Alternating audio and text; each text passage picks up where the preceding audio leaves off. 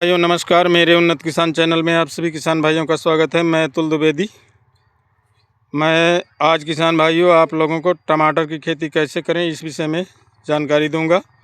सारी संपूर्ण जानकारी हर तरह की, ज़मीन से लेकर के कीट और रोग बंधाई तक पूरा वीडियो आप ये सारी जानकारी आप इस वीडियो में देखेंगे।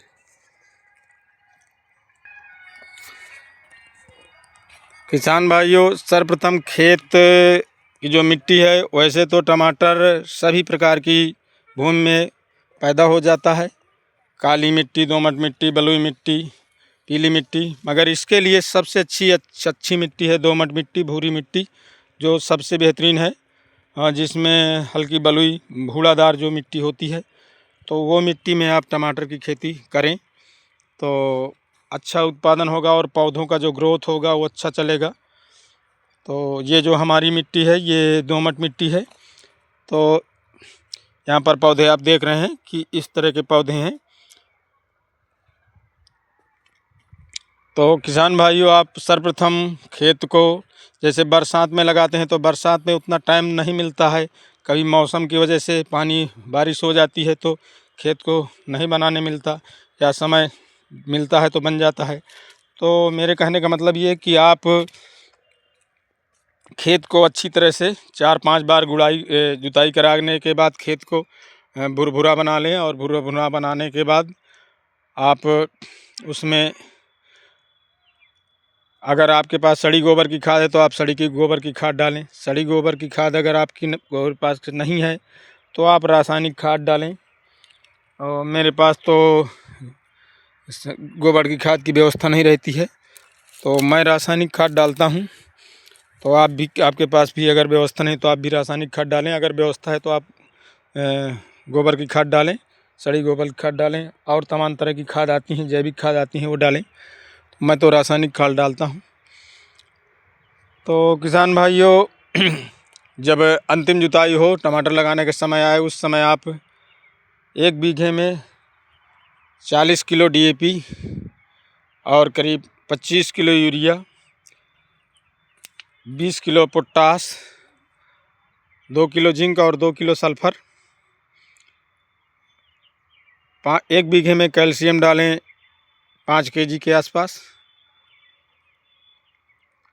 2 किलो बोरान, 2 किलो नहीं 4 किलो बोरान। बोरान इसलिए डालते हैं क्योंकि बोरान डालने से क्या होता है किसान भाइयों कि जो सफ़ेद ग्रब होते हैं या ज़मीन में कीड़े होते हैं तो वो पूरी तरह से ख़त्म हो जाते हैं, इसलिए बोरान डालें। बाकी और सब पोषक तत्व हो गए। ये बोरान कीटनाशक है ज़मीन के लिए, तो बोरान डालें। तो ये सब मिला करके आप किसान भाइयों ज़मीन पर छिड़क दें। छिड़कने के बाद किसान भाइयों आप क्या करें कि कल्टीवेटर से या रोटावेटर से अच्छी तरह से गुड़ाई, अच्छी तरह से जुताई करा दें ताकि खेत अच्छी तरह से भुरभुरा हो जाए। इसके बाद आपके पास अगर व्यवस्था है मेड़ बनाने की, मेड़ मेकर है, कोई मेड़ बनाने वाला यंत्र है तो आप मेड़ बनाएं उससे, या नहीं है तो फावड़े से बनाएं। मैं तो अपने पास पावर टिलर मशीन है, जो पावर टिलर मशीन की सहायता से डिचर लगा करके मैं मेड़ बनाता हूं। तो आप के पास जो व्यवस्था हो उस तरह से आप मेड़ बनाएं। हाँ, ध्यान रखें, जैसे आप लाइन देख रहे हैं तो हम जब लाइन बनाते हैं तो 4-4 फुट में लाइन बनाते हैं। टमाटर लाइन से लाइन की दूरी 4 फीट रखें, और पौधे से पौधे की दूरी 1 से 1.5 फुट रखें, इससे ज़्यादा ना रखें। 1 से 1.5 फुट, लाइन से लाइन की दूरी 4 फुट रखें, इससे ज़्यादा ना रखें। तो डिचर लगा करके हम मेड़ बनाए हैं। तो ये हमारी दूरी जो लाइन से लाइन की दूरी 4 फुट है। तो इस तरह से आप किसान भाइयों मेड़ बनाएं। मेरे खेत में एक घास है, ललहरा घास बहुत उगता है, इसलिए गर्मी के समय बड़ी दिक्कत होती है, इसलिए मैंने ये मल्चिंग पेपर बिछा करके टमाटर लगाया है। तो ये जो नालियां हैं, इन नालियों में खरपतवार नाशक मैं डाल देता हूं, तो पौधे बचा करके हुट लगा करके स्प्रे मशीन में, तो पौधों में कोई खास असर नहीं होता। ग्लाइफोसेट एक दवा आती है, इसको मैं डाला करता हूँ। पौधे में ना पड़े तो कोई असर नहीं पड़ता है, फिर पौधे में उड़ती नहीं है दवा। अगर उड़ के पड़ेगी तो फिर पौधे में असर पड़ेगा। तो इस तरह किसान भाइयों आप खरपतवार का नियंत्रण कर सकते हैं पेपर बिछा करके, मल्चिंग बिछा करके। अगर मल्चिंग की व्यवस्था आप नहीं है, नए किसान हैं, अगर आपके खेत में ज़्यादा खरपतवार नहीं उगते तो आप निराई गुड़ाई करा करके भी खरपतवार निकाल सकते हैं।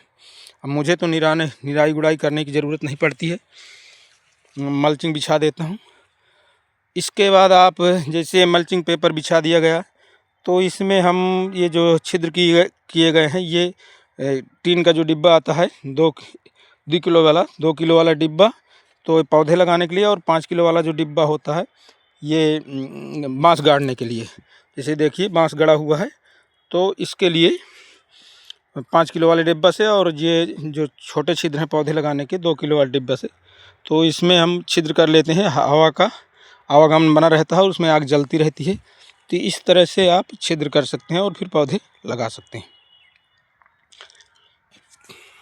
हाँ, तो किसान भाइयों जब आप पौधे लगाएं तो पौधे लगाते समय आप पौधे में नीचे जड़ के पास पानी जब लगाएं तो पौधा जड़ में नीचे जब लगाएं उसी समय डालें और ऊपर से मिट्टी ढक दें। अगर आप ऊपर से पानी डालते हैं पौधा लगाने के बाद तो बहुत पौधे मरने की संभावना रहती है। अगर जड़ के पास अगर 25 ग्राम पानी 50 ग्राम पानी अगर पड़ जाता है तब भी पौधा नहीं मरता है। तो इस तरह से आप पौधे लगाएं। अब किसान भाइयों पौधे लगाने के बाद पौधों को ये जो नालियां हैं, इन नालियों में 5-6-7 दिन के बाद या 8 दिन के बाद फिर आप इन नालियों में पानी दे दें। पानी देने के बाद जैसे पौधा बढ़ेगा, आपकी फसल 15 दिन की हो जाती है, तो आप सर्वप्रथम क्लोरोपाइरीफास प्लस साइपरमेथ्रिन एक कीटनाशक है, और साथ में कार्बेंडाजिम और मैनकोजेब दोनों का मिला करके, तो कार्बेंडाजिम मैनकोजेब 30 ग्राम पर टंकी और 25 से 30 ml क्लोरोपाइरीफास प्लस साइपरमेथ्रिन इनको मिला करके पर टंकी स्प्रे कर दें। तो इससे क्या होता है कि क्लोरोपाइरीफास एक दवा है कि जड़ में भी चली जाती है, और ऊपर जो पत्ती खाने वाले और तना को काटने वाले जो कीड़े लगते हैं वो ख़त्म हो जाते हैं, और रस चूसक भी कीड़े ख़त्म हो जाते हैं। इसके बाद जैसे ही पौधा आगे आपका बढ़ता है तो टमाटर में रस चूसक कीड़े काफ़ी लगते हैं, जिसमें थ्रिप्स लगता है, हरा तेला लगता है, और काला एक भुनगा टाइप होता है वो लगता है। तो उसके लिए आप इमिडाक्लोप्रिड 17.8% का स्प्रे कराएं, और साथ में आप कार्बेंडाजिम मैनकोजेब फंगीसाइड मिला दें, तो उससे काफ़ी कुछ हद तक निदान हो जाता है। अगर आपके पौधे में बहुत ज़्यादा बहुत सिकुड़न ज़्यादा आ जाती है, उस समय आप डाइफेंथुरान 50% डालें, या तो लांसर गोल्ड आता है तो लांसर गोल्ड में इमिडाक्लोप्रिड प्लस इसी एसीफिट दोनों रहता है, या 75% एसीफिट आता है तो उसको आप डाल सकते हैं। जैसे आप ये पौधे को देख रहे हैं, इसमें सिकुड़न की समस्या है, तो अभी हमने एससी फार्म में एक दवा आती है डाइफेंथुरान प्लस बाइफेंथ्रिन डाले हुए हैं, जिससे मकड़ी का भी काफ़ी कुछ, ज़्यादा तो नहीं पर काफ़ी कुछ हद तक निदान हो जाता है, और ये सिकुड़न ख़त्म हो जाती है। अगर आपके खेत में ज़्यादा सिकुड़न रहती है तो ज़्यादा सिकुड़न में आप मकड़ी का अटैक है अगर, और ज़्यादा दिक्कत हो रही है, तो आप ओबेरॉन दवा आती है, स्पायरोमेसिफेन उसमें रहता है, तो उससे 5-6 प्रकार की मकड़ियाँ, हरी मकड़ी, भूरी मकड़ी, पीली मकड़ी, लाल मकड़ी, सभी प्रकार की मकड़ियों का समूल नष्ट हो जाता है, और पौधा आपका एक तरह से पूरी तरह से स्वस्थ हो जाता है, और सारी पत्तियाँ जितनी जकड़ी हुई होती हैं वो सब खुल जाती हैं।